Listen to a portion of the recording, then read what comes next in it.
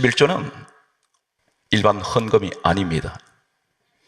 말라기 3장 8절에 보게 되면 분명히 구별하고 있습니다. 11조와 봉헌물 이렇게 구별되어 있습니다. 봉헌물은 일반 예물입니다. 11조와 봉헌물은 확연하게 구별되어 있습니다. 한 가지 여러분한테 먼저 말씀드립니다. 목사님이 11조 얘기하면 알레르기를 일으키는 분이 계십니다. 돈 얘기하는구나. 지금까지 11조 얘기를 들으면 항상 그렇게 들었기 때문에 이 선입견을 가지고 있는 분들이 있습니다. 그런 차원이 아닙니다. 따라하시겠습니다. 떡과 포도주와 11조. 따라하세요. 예수 십자가와 11조. 이 11조는 예수 그리스도의 십자가 사건과 관련이 있습니다. 성찬과 관련이 있습니다. 오늘 이 자리에 말씀을 듣다가 11조를 내고 안 내고는 본인들 자유입니다. 그러나 최소한 내가 교회를 다니고 나는 예수 그리스도 말미암아 구원받았고 죄사함 받았다고 확신을 갖고 있는 믿음이 있다면 오늘 11조는 무엇인지는 분명하게 기억을 하셔야 됩니다. 굳이 힘든 사람들에게 먹고 살기 어려운데 하나님 11조를 왜 내라 하십니까? 그것은 구원과 관련이 있다는 것입니다. 강조하고 넘어가겠습니다. 말라기 3장 8절에 11조와 봉헌물, 그렇게 말씀하신 이 11조를 구별하신 내용과 그리고 교회를 나가지 않아도 예배 드려도 된다, 교회 무용론을 주장하는 사람에게 이렇게 말씀드리겠습니다. 당신은 잘못 생각하고 있습니다. 성경은 누가복음 2장 26절에서 27절에 성령께서 함께하는 사람은 성령이 지시하시고 성령의 감동을 받으면 성전으로 들어가라고 말씀합니다. 성령께서 보내셔서 성전으로 들어갑니다. 오순절 성령이 임한 후에 120명이 성령을 받게 됩니다. 이 사건은 사도행전 1장 14절 말씀에 보게 되면 그들은 기도하다가 성령을 받고 가장 먼저 나타난 현상이 사도행전 2장 46절 말씀을 보게 되면 그들은 날마다 성전에 모이기를 힘썼습니다. 전부 성전 중심의 신앙을 하게 됩니다. 이것이 성령 받은 사람들의 특징입니다. 성경 66권 마지막 책은 요한계시록입니다. 요한계시록은 7교회에 대해서 말씀하고 있습니다. 7교회에 대해서 말씀하시면서 성경의 7교회의 결론으로 하시는 말씀이 이렇게 말씀합니다. 귀 있는 자는 성령께서 교회들에게 하시는 말씀을 들을지어다. 교회는 성령께서 교회를 통해서 말씀하신다 했습니다. 성령님이 말씀하실 때는 세상을 향해서 말씀하지 않습니다. 교회를 통해서 말씀하시고 교회를 통해서 선교하시고 교회를 통해서 전도하게 하십니다. 그러므로 에베소서 1장 23절에 교회는 어떤 것입니까? 교회는 주님의 몸이라고 했습니다. 요한복음 2장 21절에는 성전은 주님 몸이라고 했습니다. 계속 강조합니다. 교회에 대해서. 사도행전 20장 28절에는 하나님이 자기 피로 사신 곳이 교회라고 말씀하고 있습니다. 항상 성령의 사람은 교회의 중심의 신앙이 되어야 됩니다. 이것이 성경에서 말씀하시는 교회론입니다. 11조를 소개합니다. 이렇게 말합니다. 11조는 율법 시대에 있었던 것이다. 율법 때부터 11조가 시작되었다. 아닙니다. 11조는 율법 시대 이전에, 훨씬 이전에 있었습니다. 율법과는 상관이 없습니다. 요한복음 1장 17절 말씀을 기억하십시오. 율법은 모세로 말미암아 주어진 것이요. 율법은 어디부터 시작됩니까? 모세의 시대로부터 시작됩니다. 그렇다면 모세가 태어나기 이전에 어떤 시대가 있었습니까? 모세가 태어나기 이전에 구약의 요셉 시대가 있었습니다. 구약 요셉 시대 이전에 누가 있었습니까? 야곱 시대가 있었습니다. 야곱 시대 이전에 누가 있었습니까? 이삭 시대가 있었습니다. 이삭 시대 이전에 누가 있었습니까? 아브라함 시대가 있었습니다. 11조는 아브라함 때부터 시작됩니다. 율법이 시작된 모세 시대 이전에 아브라함과의 역사는 최소한 몇백 년에서 1000년 이상의 거리가 있습니다. 이 아브라함은 누구입니까? 로마서 4장 11절 말씀에 보게 되면 믿는 모든 자의 조상으로 하나님이 세우셨습니다. 이 사람으로부터 믿음의 조상이 시작됩니다. 성경 말씀은 이렇게 기록하고 있습니다. 요한복음 8장 56절 말씀에 보게 되면 예수님께서 이렇게 말씀합니다. 너희 조상 아브라함은 나의 때 볼 것을 즐거워하다가 보고 기뻐하였느니라. 이미 아브라함 때에 우리 예수님을 그때를 보았다는 것입니다. 그때가 언제냐면 이 땅에 예수님 오실 것을 그들은 아브라함을 이미 보고 기뻐했다 했습니다. 오늘 성경 말씀은 그러면 예수님은 누구신가요? 빌립보서 2장 6절에 근본 하나님 본체 되심으로 예수님이십니다. 그분이 이 땅에 오실 때는 하나님 아들로 오셨습니다. 그러나 하나님 그분은 본체가 예수 그리스도이신데 골로새서 1장 16절에 보게 되면 이렇게 기록하고 있습니다. 우리 예수는 그가 근본이신데 만물을 창조하신 이시며 만물은 그를 위하여 창조했다 했습니다. 이사야 43장 21절에 이렇게 말씀합니다. 이 백성은 내가 나를 위하여 지었나니 나를 찬송하게 하려 함이라. 하나님이 우리를 지으신 목적은 하나님을 찬송하기 위해서, 이 찬송은 영광을 하나님께 돌리기 위해서 우리 일거일동을 통해서 지으신 분의 목적은 그분을 위해서 지으셨다는 것입니다. 성경 말씀은 계속해서 이렇게 말씀하고 있습니다. 성경 말씀을 보게 되면 갈라디아 3장 29절은 이렇게 말씀합니다. 너희가 그리스도의 것이면 아브라함의 자손이요, 이렇게 말씀합니다. 내가 예수의 사람이면 너는 아브라함의 자손이다, 그렇게 분명히 말씀하고 있습니다. 그렇다면 성경 말씀에 아브라함의 자손이면 나는 믿음의 조상인 아브라함의 후손이라고, 나는 믿음의 그 자손이 된다면 성경 말씀은 이렇게 강조하고 있습니다. 요한복음 8장 39절에 말씀하시기를 예수님이 이렇게 말씀합니다. 네가 아브라함의 자손이면 아브라함이 행한 일들을 할 것이요, 아브라함이 행한 일을 하라는 것입니다. 그 일이 어떤 것입니까? 성경 말씀은 계속해서 이렇게 말씀합니다. 갈라디아 3장 9절에 말씀하시기를 믿음으로 말미암은 자는 믿음이 있는 아브라함과 함께 복을 받느니라. 그럼 아브라함이 받은 복이 어떤 복입니까? 이분은 하늘의 복과 땅의 복을 다 받았습니다. 참고로 말씀드립니다. 그럼 믿음의 조상이라는 칭호를 받습니다. 하나님께서 친히 칭호를 내려주셨습니다. 아브라함을 가리켜 믿는 모든 자의 조상, 믿음의 조상으로 칭호를 내렸습니다. 하늘의 복 받습니다. 그런데 이 사람은 이 땅에서는 또 어떤 복을 받습니까?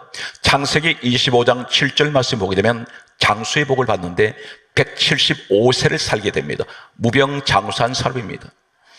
건강의 축복을 받습니다. 그 다음에 어떤 축복을 받습니까? 창세기 14장 14절에 이 사람은 자신의 집에 종을 318명을 거느리고 있습니다. 지금도 전 세계에 어떤 나라에도 왕이라 할지라도 자신의 집에 318명의 종, 하인을 두고 있는 그러한 사람들은 많지가 않습니다. 그런데 이 사람은 한 가정인데 한 집안이 얼마나 재물이 많길래 집에 머슴을 318명을 두고 있다는 것입니다. 이 사람은 또 어떤 축복을 받습니까? 하늘의 복을 받고 장수의 복을, 건강의 복을 받으며 재물의 복을 받으며 그리고 자녀의 복을 받는데 이삭이라는 이름은 어떤 뜻입니까? 웃음이라는 뜻입니다. 자녀가 웃음을 주는 자녀의 축복을 주셨습니다. 하늘에서 그 이름을 지어서 내려보냈습니다. 이 사람은 부부의 축복을 받습니다. 사라와 아브라함 부부는 늘 행복했던 사람들이었습니다. 오늘 이 복을 받는 너도 믿음이 있으면 아브라함과 함께 너도 복을 받을 것이다. 똑같은 복이 온다는 것입니다. 분명히 이 자리에 그런 주인공이 있습니다. 그러면 아브라함 때에 시작된 11조는 어디부터 시작됩니까? 창세기 14장 17절 말씀을 소개하겠습니다. 창세기 14장 17절 말씀에 보게 되면 아브라함이 전쟁에서 이기고 돌아올 때 창세기 14장 18절에 살레명 왕 멜기세덱이라는 사람이 나타났습니다.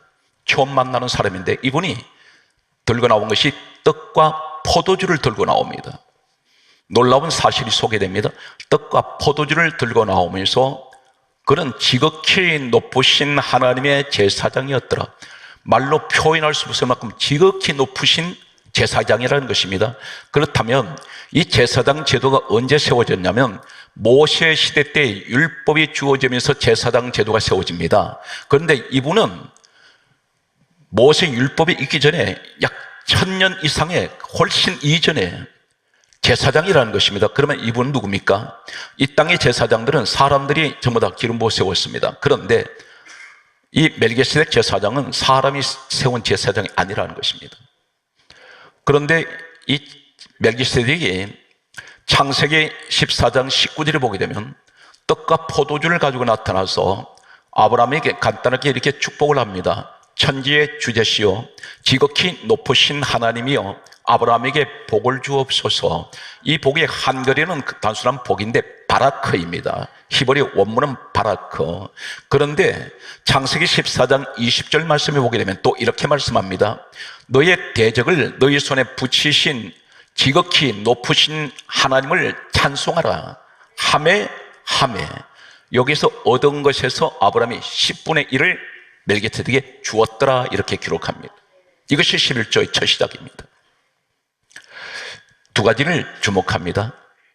복을 받고 찬송하라. 누구에게? 하나님을 찬송하라 함에 얻은 것에서 10분의 1을 덜했습니다.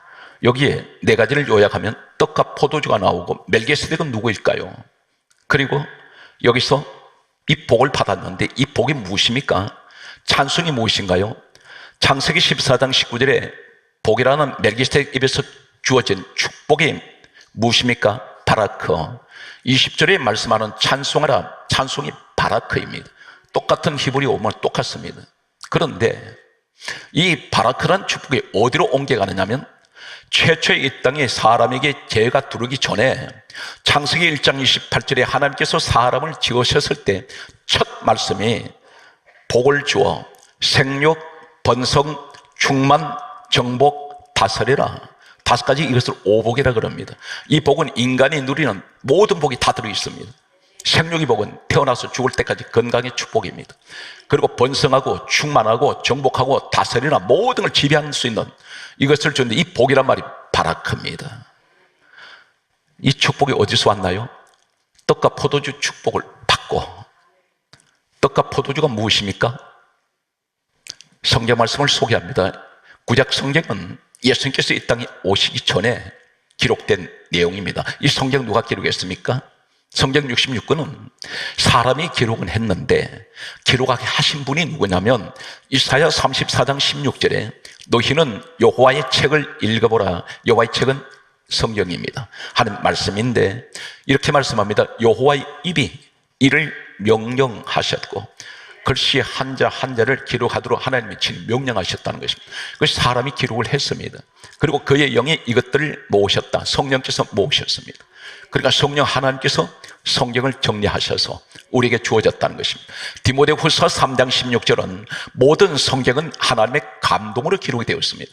전부 하나님이 생각을 주셔서 기록을 했는데 그렇다면 이 성경 66권을 기록한 목적이 무엇이냐면 예수님께서 이 땅에 오실 때는 구약 성경밖에 없었습니다. 신약 성경은 마태복음부터 계시록까지는 예수님이 이 땅을 떠나시고 난 후에 33세를 일기로 떠나신 후에 제자들에 의해서 기록되게 됩니다. 예수님이 이 땅에 계실 때는 구약 성경밖에 없는데 이 구약 성경을 가리켜서 이렇게 말씀하셨습니다. 요한복음 5장 39절에 말씀하시기를 이 성경은 내게 대하여 정언하는 것이다. 예수님 말씀이라는 것입니다. 오늘 창세기에 아브라함이 11조 드린 최초의 사건을 가리켜 창세기에 누가 기록했습니까? 모세가 기록을 했습니다. 모세는 우리가 참고로 잘 알고 있습니다. 창세기, 출애굽기, 레위기, 민수기, 신명기 5권의 책을 기록했는데 이 책을 가리켜 모세 오경, 모세 율법이라고 부릅니다. 그런데 예수님 말씀하시기를 요한복음 5장 46절에는 이 성경은 모세는 내게 대하여 기록하였다 이렇게 말씀합니다. 그렇다면 예수님 이야기라는 것입니다. 그렇다면 멜기세덱 떡과 포도주 들고 있습니다. 예수 그리스도를 말씀하는 떡과 포도주는 어떤 것입니까? 십자가입니다.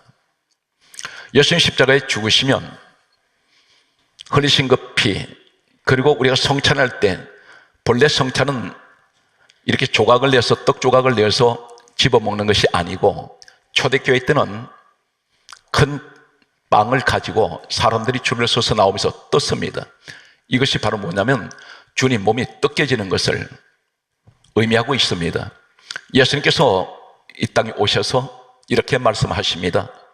성경 말씀을 보게 되면 마태복음 26장 26절에 떡을 주시면서 받아 먹어라, 이것은 내 몸이니라, 그렇게 말씀하셨습니다. 우리 성찬 때 떡을 먹습니다.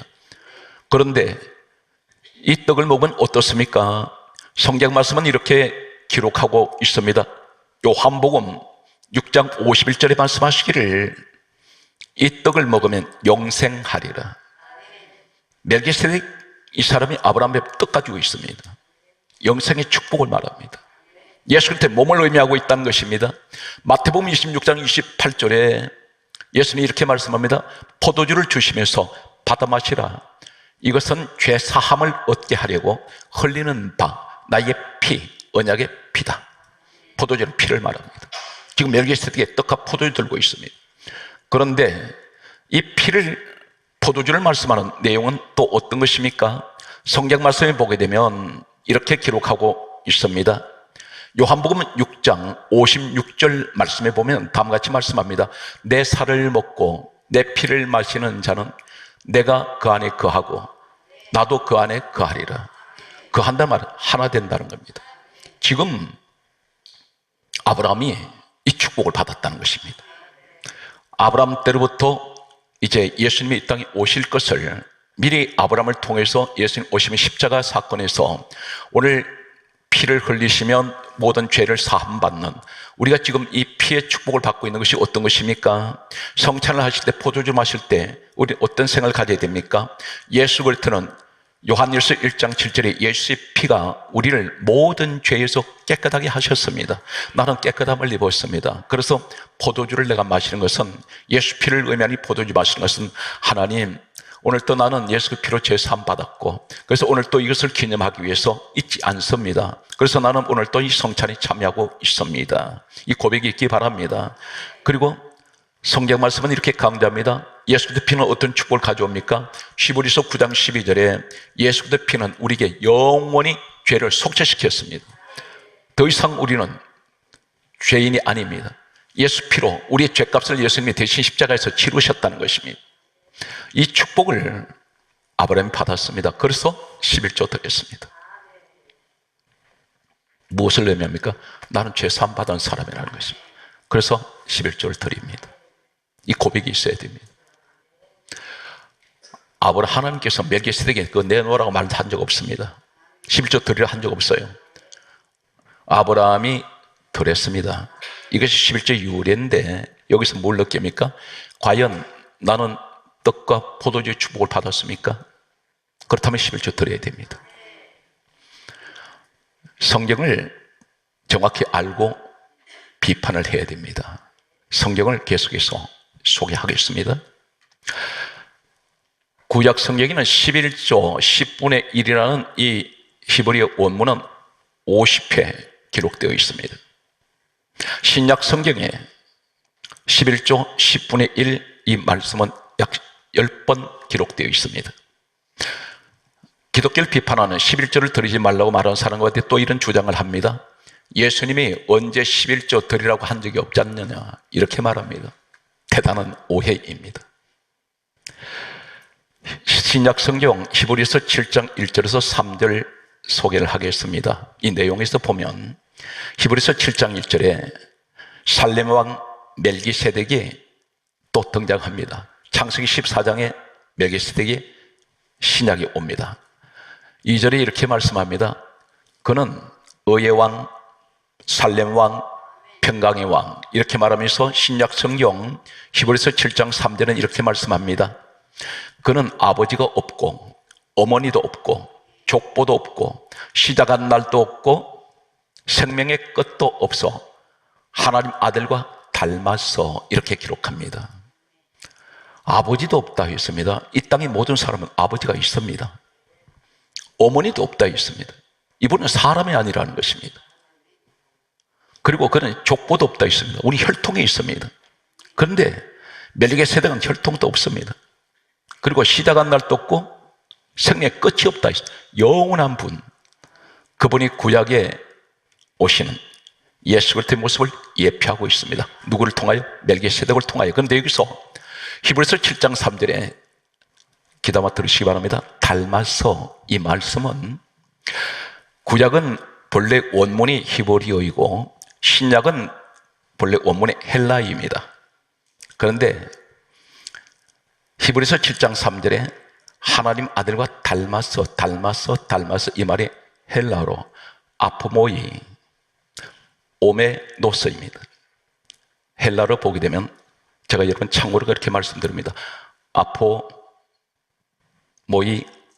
오메노스, 이 말씀은 어디서 유래가 됐냐면 호모이 오오에서 헬라가 유래가 됐는데, 이 말이 바로 뭐냐면 똑같은 호모이 오오, 이 말을 사용하는 헬라가 어디 있냐면 마태복음 7장 24절에 같다. 그러면서 마태복음 22장 2절에도 같다. 이제 성경을 가장 중요한 내용을 소개하겠습니다. 무엇보다도 주님이 직접 오셔서 11조에 관한 말씀을 하셔야 정확합니다. 마태복음 23장 23절 본문을 소개합니다. 이렇게 기록되어 있습니다. 너희가 박하와 회양과 근처에 11조는 드리되 율법에 더 중한 바 정의와 긍휼과 믿음은 버렸도다. 그러나 이것도 행하고 저것도 버리지 말아야 할지니라. 여기 할지니라 결론이 뭔지 아십니까? 11조도 드리고 정의와 긍휼, 믿음도 버리지 마라. 그런데 여기서 가장 중요한 것은 할지니라, 이 말씀은 헬라에는 데이란 말을 씁니다. 5가지를 소개합니다. 이 데이란 말이 무슨 말이냐면 할지니라, 해야 된다는 것인데, 여기 헬라어 원문에는 마태복음 18장 33절 말씀을 보면 마땅하다, 이 말이 데이입니다. 너 11조 드린 게 마땅하다. 고린도전서 8장 2절에도 데이, 마땅하다, 이 말씀이 똑같은 11조를 말씀하면서 할지니라, 이 말씀과 똑같은 데이를 쓰고 있습니다. 좀 더 구체적으로 말씀드리면 누가복음 13장 16절에 할지니라, 마태복음 23장 23절에 이 말씀은 데이가 합당하다, 이 말씀입니다. 무슨 말입니까? 너 11조 드린 것이 마땅하고 11조 드린 것이 합당하다. 좀 더 정확하게 말씀하시는 것은 고린도 후서 5장 10절에 반드시 이 말씀이 데이입니다. 이 말씀이 뭐냐면 반드시 드리라. 11조도 드리고, 그리고 정의와 긍휼과 믿음도 버리지 마라, 이 말씀을 할지니라, 그 결론을 말씀합니다. 또한 에베소서 6장 20절에 당연하다, 이 말씀입니다. 너 11조 드린 거 당연하다. 무슨 말입니까? 최초의 11조가 시작되었던 떡과 포도주 멜기세덱, 이것은 우리에게 뭘 말씀입니까? 너 죄사함 받았지 않느냐? 너 예수 사름 맞지 않느냐? 너 십자가에 동참하고 있지 않니? 떡과 포도주를 먹고 있지 않느냐? 성찬을 하고 있지 않냐? 그렇다면 이 복을 너는 받았는데, 너는 바라크의 복을 받았다는 것입니다. 그것이 바로 창세기 1장 28절에 너 생육하고 번성하고 충만하고 정복하고 다스리는 복을 너는 받았지 않느냐? 그래서 이 바라크는 하나님께 예배하다, 경배하다, 엎드리다, 무릎 꿇다입니다. 오늘 사랑하는 성도 여러분, 11조 앞에 갈등하지 마십시오. 하나님 앞에는 계산을 하지 마십시오. 그래서 성경은 반드시 내가 행한 대로 갚아주고 헤아린 대로 헤아리며 내 머리카락까지 다 세심 받으시는 하나님이세요. 우리가 여러분 기도하실 때 떳떳하게 기도하세요. 왜 그러냐면 내 스스로가 내 양심의 가책을 느끼면서 기도하지 말고 하나님 앞에 최선을 다할 때 하나님도 여러분께 최선을 다하여 축복하실 것입니다. 11조 때문에 갈등하지 마십시오. 안 하셔도 괜찮습니다. 그러나 온전한 믿음을 가진다면 본인 스스로가 내가 어떻게 해야 될 것인지는 알게 됩니다.